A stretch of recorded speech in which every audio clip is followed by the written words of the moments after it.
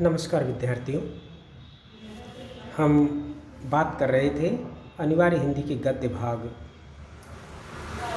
का जो भक्तिन पाठ है, उसके पाठ विश्लेषण को 3 भागों में हमने डिवाइड किया है और इसमें हम इस पाठ की अंतिम चर्चा करेंगे जो पाठ पठन से संबंधित है, जिसमें हम पाठ पढ़ रहे थे और उसका विश्लेषण करते जा रहे थे।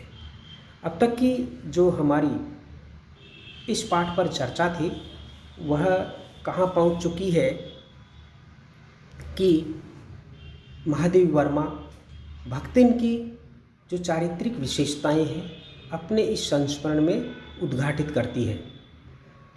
और महादेवी वर्मा के लिए भक्तिन को समझना एक टेढ़ी खीर थी, लेकिन फिर भी महादेवी वर्मा के सामने भक्तिन का जो चरित्र था, भक्तिन का जो व्यक्तित्व था, वह एक विलक्षण व्यक्तित्व था, आकर्षक व्यक्तित्व था, एक कर्मठ व्यक्तित्व था। और इसी कारण महादेवी वर्मा ने उसके व्यक्तित्व को अपनी साहित्य लेखनी का माध्यम बनाया। यहाँ पर हमारी जो चर्चा चल रही थी वो ये थी कि महादेवी वर्मा अपने साहित्य लेखन में व्यस्त रहती है और महादेवी वर्मा की जो सेविका भक्तिन है वह महादेवी वर्मा के हर काम में हाथ बटाना चाहती है और अपनी उपस्थिति दर्ज करवाना चाहती है। लेकिन महादेवी वर्मा का जो पढ़ने लिखने से संबंधित जो काम है उसमें वह चाह कर भी हाथ नहीं बटा सकती और वह ऐसा प्रयास करती है कि महादेवी वर्मा की भांति वह भी काम करती हुई और व्यस्त दिखाई दे। वह कभी किताब उठाती है, इधर रखती है, कभी झाड़ू लगाती है, कभी क्या करती है। और जब महादेवी वर्मा अपने साहित्य लेखन से को पूरा करती है और वह एक किताब की शक्ल में प्रकाशित होता है तो महादेवी वर्मा कहती है कि भक्तिन उतनी खुश होती है, एकदम बदल सी जाती है, जिस प्रकार से बंद अंधेरे कमरे में लाइट का स्विच ऑन करते ही रोशनी फैल जाती है, उसी प्रकार से वो भक्तिन भी खुशी से झूम उठती थी कि जैसे स्विच दबाने से बल्ब का आलोक एकदम उद्भासित हो उठता है।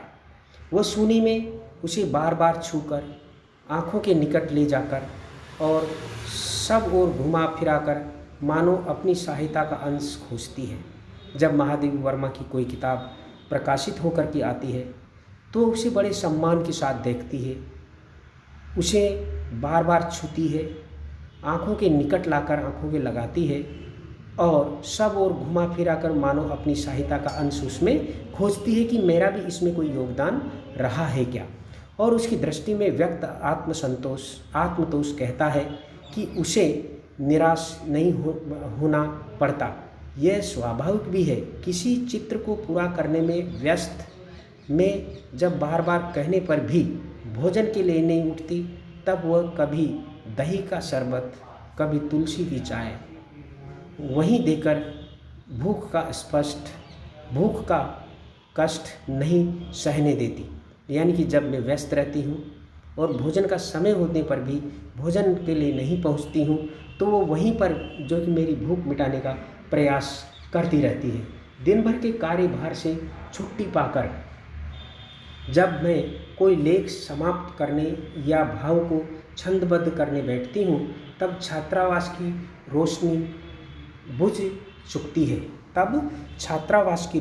चुकती है। मेरी हिरनी सोना तख्त के, सोना किसका नाम है? महादेवी वर्मा की हिरनी का नाम, जो उन्होंने पाल रखी थी। तख्त के पेताने फर्श पर बैठकर बागुल करना बंद कर देती है। कुत्ता बसंत छोटी मछिया पर पंजों में मुख रखकर आंखें मूंद लेता है, यानी कुत्ता बसंत भी सोने लगता है। और बिल्ली गोधूली मेरे तकिए पर सिकुड़कर सो रहती है। यानी कि महादेवी वर्मा के आसपास है वह जो जानवर है छोटे मोटे, वह भी एक प्रकार से ममता पाते हैं। उनके पास कुत्ता है, हिरनी है, बिल्ली है, और महादेवी वर्मा ने छोटे छोटे पशु पक्षियों पर भी काफ़ी कुछ लिखा है। यहाँ पर भी महादेवी वर्मा उसी वातावरण का जिक्र कर रही है, उनके घर का जिक्र कर रही है कि वो मैंने एक हिरनी पाल रखी है, एक कुत्ता पाल रखा है, एक बिल्ली पाल रखी है, और सब मेरे आसपास रहते हैं।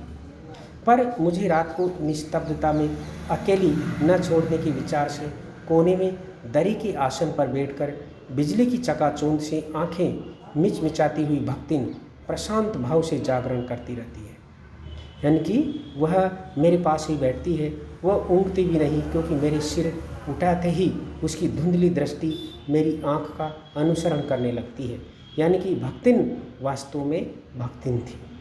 जैसा कि महादेवी वर्मा ने भक्तिन के लिए कहा है कि वह सेवा भाव में हनुमान जी से भी प्रतिस्पर्धा करने वाली होती है। महादेवी वर्मा के पास वह बैठी रहती है सेवा के भाव में, अकेली नहीं छोड़ती है। यदि मैं सिरहाने रखे रेख की ओर देखती हूँ तो वह उठकर आवश्यक पुस्तक का रंग पूछती है, यानी कि इशारों से काम करती है। यदि मैं कलम रख देती हूँ तो वह स्याही उठा लेती है, और यदि मैं कागज़ एक ओर सरका देती हूँ तो वह दूसरी ओर फाइल टटोलती है कि जो कि इनको किस चीज़ की ज़रूरत है। बहुत रात गए सोने पर भी मैं जल्दी ही उठती हूँ, और भक्तिन को तो मुझसे भी पहले जागना पड़ता है। सोना उछल कूद के लिए बाहर जाने को आकुल रहती है। बसंत नित्य कर्म के लिए दरवाज़ा खुलवाना चाहता है, और गोधूली चिड़ियों की चहचहाट में शिकार का आमंत्रण सुन लेती है। मेरे भ्रमण की भी एकांत साथी भक्तिन ही रही है। यानी कि जब भी मैं घूमने जाती हूँ, एकांत में घूमने जाती हूँ, तो मेरे साथ भक्तिन होती है। बद्री केदार आदि के ऊंचे नीचे और तंग पहाड़ी रास्तों में जैसे वह हट करके मेरे आगे चलती रही हो, वैसे ही गांव की धूल भरी पगडंडी पर मेरे पीछे रहना नहीं भूलती। मानो किसी तीर्थ यात्रा में वो मेरा साथ दे रही हो, ऐसा वह दिखाती है। किसी भी समय कहीं भी जाने के लिए प्रस्तुत होते ही मैं भक्तिन को छाया के समान सामने पाती हूँ, यानी कि हमेशा वो मेरे साथ रहती है। युद्ध को देश की सीमा में बढ़ते देख जब लोग आतंकित हो उठे, युद्ध को देश की सीमा में बढ़ते देख जब लोग आतंकित हो उठे, तब भक्तिन के बेटी दामाद उसके नाती को लेकर बुलाने आ पहुँचे। यानी कि जब युद्ध का जो समय आ रहा था तो लोग भयभीत रहा करते थे, बेटी दामाद उसको लेने के लिए आ गए। पर बहुत समझाने बुझाने पर भी वह उनके साथ नहीं जा सकी। सबको वह देख आती है, रुपया भेज देती है, पर उनके साथ रहने के लिए मेरा साथ छोड़ना आवश्यक है, जो संभवतः भक्तिन को जीवन के अंत तक स्वीकार नहीं है। क्योंकि वह उसने महादेवी वर्मा की सेवा का व्रत लिया है, और वह महादेवी वर्मा को छोड़ करके गांव जाना नहीं चाहती। पैसे आदि वह भेज देती है, इसलिए जब बेटी दामाद उसे लेने आते हैं तो वह नहीं जाती है। जब गत वर्ष युद्ध के भूत ने वीरता के स्थान में पलायन वृत्ति को जगा दी थी। देखो, जब गत वर्ष युद्ध के भूत ने वीरता के स्थान में पलायन वृत्ति जगा दी थी, तब भक्तिन पहली ही बार सेवक की नितांत विनीत मुद्रा के साथ मुझसे गांव चलने का अनुरोध करने लगी। यानी कि वो अकेले नहीं जाना चाहती, महादेवी वर्मा को भी, जो कि वहाँ के जो अशांत वातावरण है, युद्ध की जो काली छाया मंडरा रही थी, उससे बचने के लिए महादेवी वर्मा से अनुरोध करती है कि आप भी मेरे साथ गांव चलिए, हमें अब यहाँ नहीं रहना है, गांव चलना है। वह लड़की लकड़ी रखने के मचान पर अपनी नई धोती बिछाकर मेरे कपड़े रख देगी, दीवार में कीले टांग कर और उन पर तख्त रखकर मेरी किताबें सजा देगी। धान के पुआल का गोंदरा बनवाकर और उस पर अपना कंबल बिछाकर वह मेरे सोने का प्रबंध करेगी। मेरे रंग स्याही आदि को नई हंडियों में संजोकर रख देगी और कागज़ पन्ने को छींके में यथाविधि एकत्र कर देगी। कहने का तात्पर्य यह कि महादेवी वर्मा को गांव ले चलने के लिए वह महादेवी वर्मा को आश्वस्त करती है कि गांव में आपको किसी भी तरह की कोई दिक्कत नहीं आएगी, मैं आपका सब तरह से प्रबंध वहां पर कर दूंगी। से भक्तिन महादेवी वर्मा को इस तरह से समझाती है। मेरे पास वहां जाकर रहने के लिए रुपया नहीं है, मेरे पास वहां जाकर रहने के लिए रुपया नहीं है। महादेवी वर्मा ने झूठ में बहाना बनाया।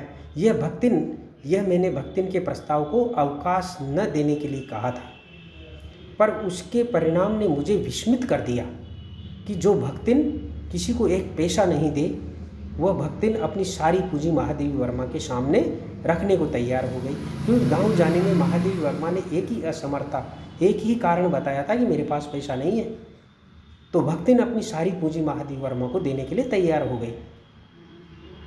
और महादेवी वर्मा पर उसके परिणाम ने मुझे विस्मित कर दिया। भक्ति ने परम रहस्य का उद्घाटन करने की मुद्रा बनाकर और अपना पोपला मुंह मेरे कान के पास लाकर होले होले बताया कि उसके पास 50 बीसी और 5 रुपया गड़ा रखा है, उसी से वह सब प्रबंध कर लेगी।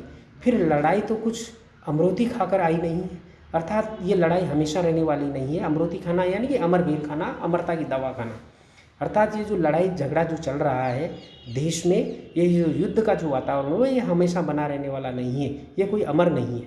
जब सब ठीक हो जाएगा तब यहीं लौट आएंगे। भक्तिन की कंजूसी के प्राण पूंजीभूत होते होते पर्वताकार बन चुके थे, यानी कि भक्तिन अपने आप में एक बहुत बड़ी कंजूस थी, पर इस उदारता के डायनामाइट ने क्षण भर में उसे उड़ा दिया।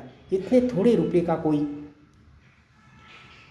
महत्व नहीं, परंतु रुपये के प्रति भक्तिन का अनुराग इतना प्रख्यात हो चुका है कि मेरे लिए उसका परित्याग मेरे महत्व को सीमा तक पहुंचा देता है।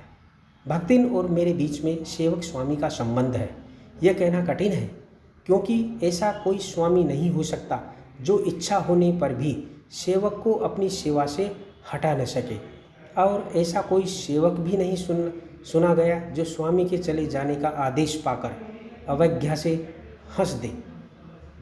भक्तिन को नौकर कहना उतना ही असंगत है जितना अपने घर में बारी बारी से आने जाने वाले अंधेरे उजाले और आंगन में फूलने वाले गुलाब और आम को सेवक मानना। अर्थात महादेवी वर्मा कहती है कि भक्तिन की मेरे प्रति इतनी आत्मीयता और जो समर्पण का भाव है, उस आधार पर मैं इस भक्तिन को सेवक नहीं कह सकती। इसने मेरे प्रति जो इतनी उदारता दिखाई है, उतना सेवा का भाव दिखाया है, इतना समर्पण का भाव दिखाया है, ऐसा तो कोई भक्त भी नहीं कर सकता, ऐसा तो कोई साधारण जो सेवक है वह भी नहीं कर सकता। वे जिस प्रकार एक अस्तित्व रखते हैं जिसे सार्थकता देने के लिए ही हमें सुख दुख देते हैं, उसी प्रकार भक्ति का स्वतंत्र व्यक्तित्व अपने विकास के परिचय के लिए ही मेरे जीवन को घेरे हुए है। परिवार और परिस्थितियों के कारण उसके स्वभाव में जो विषमताएं उत्पन्न हो गई है, उनके भीतर से एक स्नेह और सहानुभूति की आभा फूटती रहती है। इसी से उसके संपर्क में आने वाले व्यक्ति उसमें जीवन की सहज मार्मिकता ही पाते हैं। छात्रावास की बालिकाओं में से कोई अपनी चाय बनवाने के लिए उसके चौके के कोने में घुसी रहती है, कोई दूध ओटवाने के लिए देहली पर बैठी रहती है, कोई बाहर खड़ी मेरे लिए बने नाश्ते को चखकर उसके स्वाद की विवेचना करती रहती है। मेरे बाहर निकलते ही सब चिड़ियों के समान उड़ जाती है। कहने का तात्पर्य यह कि महादेव जो भक्तिन है, यह एक व्यवहार कुशल भी थी, और इसका प्रमाण यह है कि उसमें बराबर से मानवीय प्रेम था। जो छात्रावास की बालिकाएं थी, वो उसके चारों तरफ किसी न किसी बहाने बनी रहती थी, दूध उठवाने के लिए या मेरे लिए बनने वाले नाश्ते को थोड़ा बहुत चखने के लिए, या हॉस्टल के लिए बनने वाले नाश्ते को चखने के लिए उसके चारों तरफ बनी रहती थी। और मेरे जाती हुई वह लड़कियां जो छूमंतर हो जाती थी और भीतर चली जाया करती थी, आते ही यथास्थान विराजमान हो जाती है। इन्हें आने में रुकावट न हो, संभवतः इसी से भक्तिन अपना दोनों जून का भोजन सवेरे ही बनाकर ऊपर के आले में रख देती है और खाते समय चौके का एक कोना धोकर पाक छत के सनातन नियम से समझौता कर लेती है। मेरे परिचितों और साहित्यिक बंधुओं से भी भक्तिन विशेष परिचित है, यानी कि भक्तिन अब मेरे जीवन की पर्याय है। और जो मेरे जो साहित्यिक मित्र हैं वो भी इनसे परिचित है, पर उनके प्रति भक्तिन के सम्मान की मात्रा मेरे प्रति उनके सम्मान की मात्रा पर निर्भर है। यानी कि जो मेरे जितने भी साहित्यिक जो मित्र हैं और उनके प्रति सम्मान है, मैं जिसका जितना सम्मान करती हूँ उसी मात्रा में वह उनसे करती है, आगे नहीं बढ़ती है। कहने का तात्पर्य, अगर मेरे लिए कोई कम प्रिय है या जिनको मैं कम जो समय देती हूँ तो महादेवी वर्मा भी उसको उतना ही देती है, उतना ही मानती है। देखिए वापस, मेरे परिचितों और साहित्यिक बंधुओं से भी भक्तिन विशेष परिचित है, पर उनके प्रति भक्तिन के सम्मान की मात्रा मेरे प्रति उनके सम्मान की मात्रा पर निर्भर है। यानी कि जितना सम्मान मैं करती हूँ उतना ही वो करती है, और सद्भाव उनके प्रति मेरे सद्भाव से निश्चित होता है। इस संबंध में भक्तिन की सहज बुद्धि विस्मित कर देने वाली है। वह किसी को आकार प्रकार और वेशभूषा से स्मरण करती है और किसी को नाम के अभ्रंश द्वारा, यानी कि उसको साफ सुथरे साफ नाम नहीं आता है, बिगड़ा हुआ नाम वह ले लेती है, उनसे याद रखती है। किसी को वेशभूषा से पहचानती है और किसी को नाम से, लेकिन नाम में अभ्रंश होगा। कवि और कविता के संबंध में उनका ज्ञान बड़ा है, पर आदर भाव नहीं। यानी कि मैं जब कविता लिखती हूँ और मैं स्वयं एक कवयित्री हूँ, तो वो ये जान पाई कि कविता क्या होती है और कवि क्या होता है। लेकिन महादेवी वर्मा जो भक्तिन के मन में कविता के प्रति उतना आदर भाव नहीं है, क्योंकि कविता के कारण ही मैं व्यस्त रहती हूँ और मेरी व्यस्तता ही उसे पसंद नहीं है। किसी के लंबे बाल और अस्त व्यस्त वेशभूषा देखकर वो कह उठती है, का आहू कवित्व लिखे जानत है, कि कोई आया है और वो शायद कविता लिखना जानता है, और तुरंत ही उसकी अवज्ञा प्रकट हो जाती है। तब वो कुच्चो करी है धरी है ना, बस गली गली गाउत बजावत फिरी है।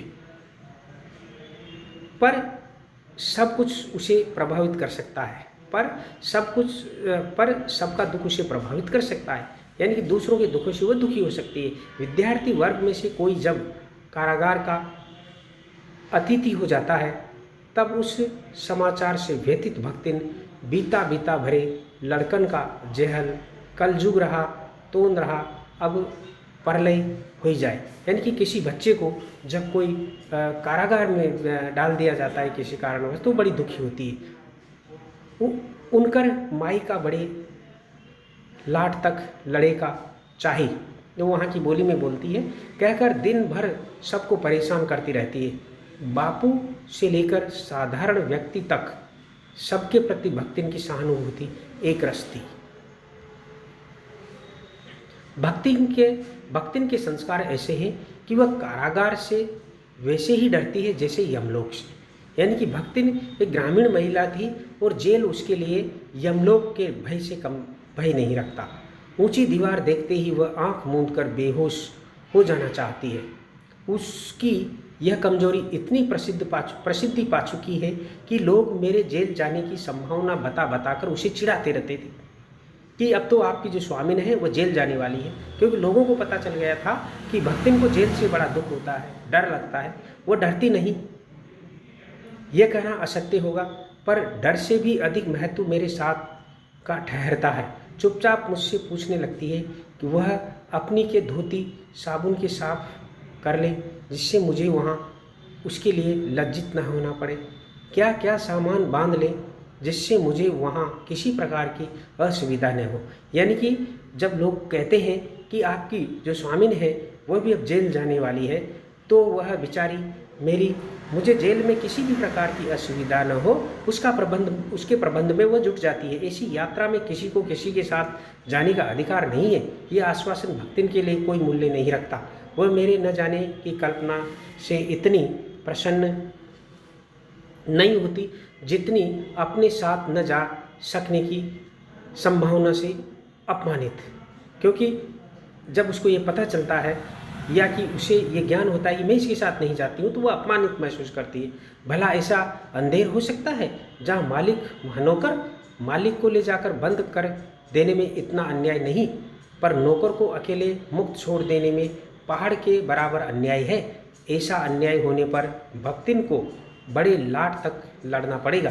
किसी की माई यदि बड़े लाट तक नहीं लड़ी तो नहीं लड़ी, पर भक्तिन का तो बिना लड़े काम ही नहीं चल सकता। नहीं, लाट का मतलब अधिकारी लाट साहब, यानी कि बड़े बड़े साहब तक वो लड़ सकती है मेरे साथ चलने के लिए। ऐसे विषम प्रतिद्वंदियों की स्थिति कल्पना में भी दुर्लभ है। मैं प्राय सोचती हूँ कि जब ऐसा बुलावा आ पहुँचेगा जिसमें न धोती साफ करने का अवकाश रहेगा, न सामान बांधने का, न भक्तिन को रुकने का अधिकार होगा, न मुझे रोकने का, तब चिर विदा के अंतिम क्षणों में यह देहातिन वृद्धा क्या करेगी और मैं क्या करूँगी। महादेवी वर्मा कहती है कि जिस देहातिन ने मेरे जीवन को बदल दिया, जिस देहातिन ने मेरे जीवन के हर क्षेत्र में एक तरह से ऐसी आत्मीयता स्थापित कर ली और मैं भी एक तरह से इस देहातिन पर आश्रित हो गई हूँ। आपस में मेरी इतनी इसके प्रति जो ममता है, अगर वास्तव में ऐसा हुआ, जब मुझे इस भक्तिन को छोड़कर अगर जेल जाना पड़े तो इस बेचारी देहातिन वृद्धा का क्या होगा, ये क्या करेगी और मैं क्या करूँगी, मैं कल्पना भी नहीं कर सकती। भक्तिन की कहानी अधूरी है, पर उसे खोकर मैं इसे पूरी नहीं करना चाहती। कहने का तात्पर्य है कि महादेवी वर्मा साहित्यिक कल्पना में भी ऐसी जो सेवा भाव से संपन्न कर्मठ महिला को महादेवी वर्मा इस पूरी कहानी को लिख करके विदा होने की बात साहित्य में भी नहीं कर सकती, कल्पना में भी नहीं कर सकती। इसी के साथ ये चर्चा खत्म होती है। अगली जो चर्चा है उसमें हम महादेवी वर्मा के इस पाठ भक्तिन पर आधारित प्रश्नोत्तर के बारे में करेंगे, जिसमें महादेवी वर्मा के व्यक्तित्व से संबंधित प्रश्न होंगे, साहित्यिक यात्रा से संबंधित प्रश्न होंगे, उनके योगदान से संबंधित प्रश्न होंगे, उनकी जीवन यात्रा से संबंधित प्रश्न होंगे, उनके जो सम्मान हैं उनसे संबंधित होंगे, और जो बाकी प्रश्न हैं वो भक्तिन पाठ पर आधारित होंगे, जिसको हमने बनाने का प्रयास किया है, आपके सामने रखने का प्रयास किया है। धन्यवाद।